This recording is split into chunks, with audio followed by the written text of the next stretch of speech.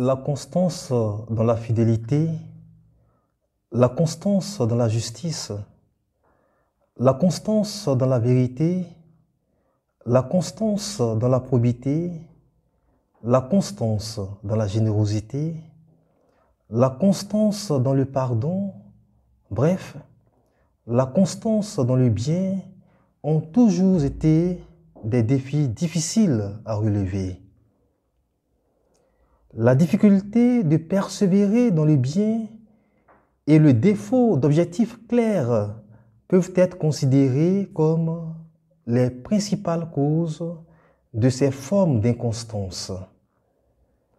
Se fixer des objectifs clairs, consistants et basés sur des principes solides s'avère indispensable, non seulement pour résister aux influences des doctrines mortifères, mais aussi pour demeurer des canaux de diffusion du bien dans le monde. Pour y parvenir, nous pouvons nous inspirer de l'extrait d'évangile de ce jour qui nous présente la figure du Christ qui a une conscience aiguë de sa mission et qui ne veut guère s'y dérober. En effet, dans cet extrait d'évangile, l'auteur sacré décrit des situations successives et emploie des termes comme « aussitôt » pour montrer l'urgence de la mission et l'empressement avec lequel le Christ s'y adonne. Cette mission se déroule avec beaucoup de succès et attire à Jésus une foule immense. À ce propos, l'évangéliste écrit « La ville entière se pressait à la porte ». Remarquons que tout attroupement humain en pareille circonstance ne peut que provoquer du bruit quelque peu incontrôlable. La présence de la foule comporte le risque de perturber. Ce risque est d'autant plus grand que cette présence est prolongée. Dans le cas d'espèce, la présence de la foule perturbe le recueillement naturel, la communication spontanée et ininterrompue entre Jésus qui accomplit la mission et son Père qui lui donne la mission. C'est pourquoi Jésus se retire dans le désert.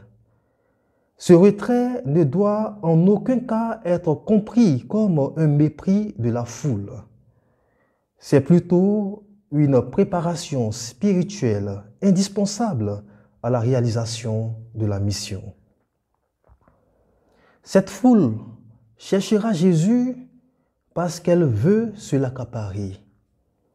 En pareille circonstance, la tentation est de se laisser apprivoiser afin de jouir davantage des éloges, des louanges, des cadeaux, bref, de la sécurité matérielle, affective, sociale que constitue cette foule qu'il aime.